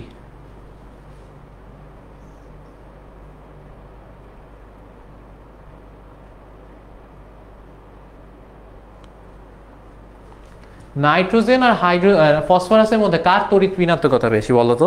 নাইট্রোজেন আর ফসফরাসের মধ্যে নাইট্রোজেনের তড়িৎ ঋণাত্মকতা বেশি। বুঝো, একটু ইম্পর্টেন্ট। সো নাইট্রোজেনের তড়িৎ ঋণাত্মকতা যদি বেশি হয়, তাইলে এই যে ইলেকট্রনগুলা, এই যে দুইটা ইলেকট্রন বন্ধনজোড় ইলেকট্রনগুলাকে নাইট্রোজেন বেশি কাছাকাছি টেনে রাখতেছে না। নাইট্রোজেন কি করতেছে? বেশি কাছাকাছি টেনে রাখতেছে না, নিজের কাছে টেনে রাখতেছে, রাইট? নিজের কাছে টেনে রাখতেছে। আর ফসফরাস কিন্তু অত একটা কাছে টেনে রাখতেছে না, ফসফরাস থেকে ভালোই দূরে আছে, ভালোই দূরে আছে। তো এবার একটা জিনিস খেয়াল করো, এবার এই জিনিসটা খুব ইম্পর্টেন্ট, একটু বুঝার চেষ্টা করো। নাইট্রোজেন যে ইলেকট্রনগুলোকে নিজের কাছে টেনে রাখলো, ভিজুয়ালি দেখলেই বুঝতে পারবা, নাইট্রোজেন যখন ইলেকট্রনগুলোকে নিজের কাছে টেনে রাখলো, এই বন্ড পেয়ার, এগুলা ইলেকট্রনের নাম কি? Bond pair electron. এই বন্ড পেয়ার ইলেকট্রনগুলোর মাঝে নিজেদের মাঝখানের যে দূরত্ব, সেটাও যে কমে গেল, এটা কি বুঝতে পারতেছো? এটা কি বুঝতে পারতেছো? নাইট্রোজেন ওদেরকে নিজের কাছে টান দিছে, বাট এটার কারণে ওদের নিজেদের মাঝখানে দূরত্বই কমে গেছে। তাই না? আর হচ্ছে এখানে দেখো ফসফরাস যেহেতু নিজের কাছে টেনে রাখে নাই, এদের মাঝখানে দূরত্ব ভালোই আছে। এতটুকু বুঝো নাকি বলো?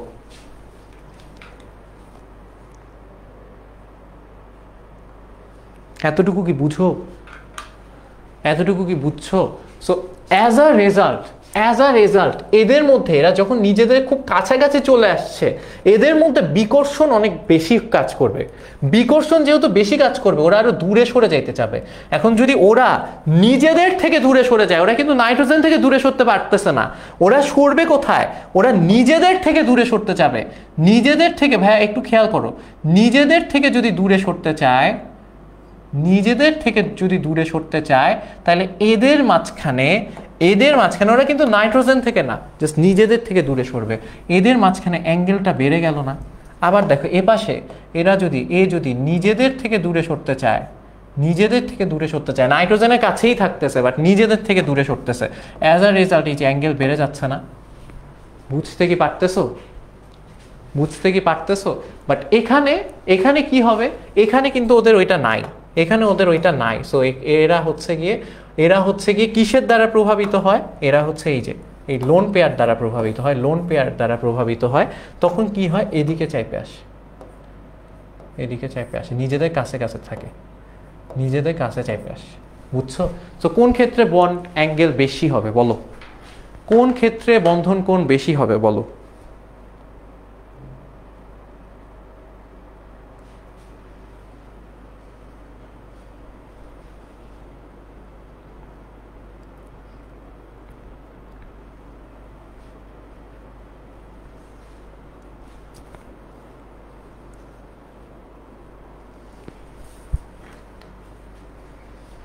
কোন ক্ষেত্রে বন্ধন কোণ বেশি হবে? এই ক্ষেত্রে বন্ধন কোণ বেশি হবে, কারণ ওরা এই যে অল্প জায়গায় দূরে সরতে যায় বন্ধন কোণ বাড়ায় ফেলতেছে, বাট ওরা তো নিজেদের থেকে দূরেই আছে।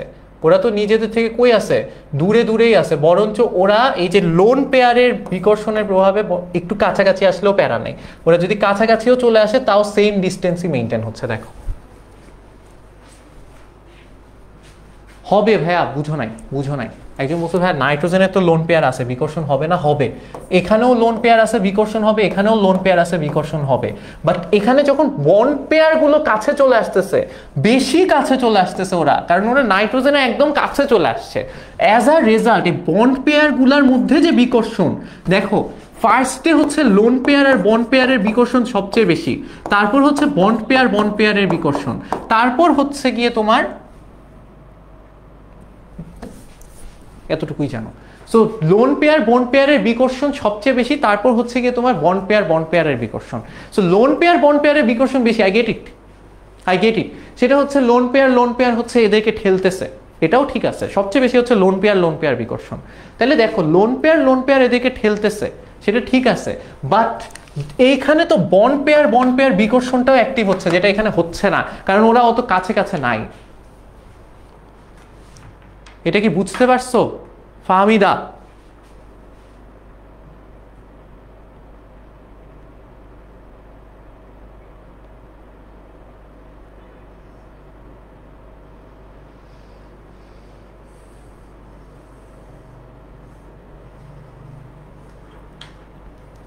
ফাহমিদা কি বুঝতে পারছো? আমি আবার বলতেছি, হ্যাঁ স্লাইডের সিকিউগুলো প্র্যাকটিস করলেই হবে। দেখো নাইট্রোজেনের এই যে লোন পেয়ার, এই বন্ড পেয়ারগুলোকে বিকর্ষণ করে, ঠিক আছে, বন্ড পেয়ারগুলোকে বিকর্ষণ করে, তাই বন্ড পেয়ার নিজেদের কাছে চলে আসে। অ্যাজ বন্ড পেয়ার বিকর্ষণ লোন পেয়ার বিকর্ষণের চেয়ে কম, দ্যাটস ওয়াই ওরা কাছে চলে আসে। ওকে, বাট ফসফরাসে যেহেতু এরা দূরে থাকে, ফসফরাস থেকে দূরে থাকে, এখানে ধরো লোন পেয়ার বন্ড পেয়ার বিকর্ষণ যদি হয়ও, এইখানে দেখো এদের মাঝখানে ডিস্টেন্স দেখো, এখানে এদের মাঝখানে ডিস্টেন্স দেখো, নিজেদের মাঝখানে ডিস্টেন্স কম না, দ্যাটস ওয়াই ওরা কি করবে, নিজেদের আরেকটু কাছে থাকতে পারবে না, বন্ড পেয়ার বিকর্ষণ কাজ করার পরও। বুঝছো? সো ওরা যেহেতু নিজেদের একটু বেশি কাছে থাকতে পারতেছে, এবার একটু দেখো এই অ্যাঙ্গেলটা দেখো আর এই অ্যাঙ্গেলটা দেখো, কোন অ্যাঙ্গেল বেশি? এই অ্যাঙ্গেল বেশি, বুঝতে পারছো? তো এই অ্যাঙ্গেল হচ্ছে 107-এর মতো, আর এই অ্যাঙ্গেল 93 পয়েন্ট সামথিং কিছু একটা। Got it? ওকে,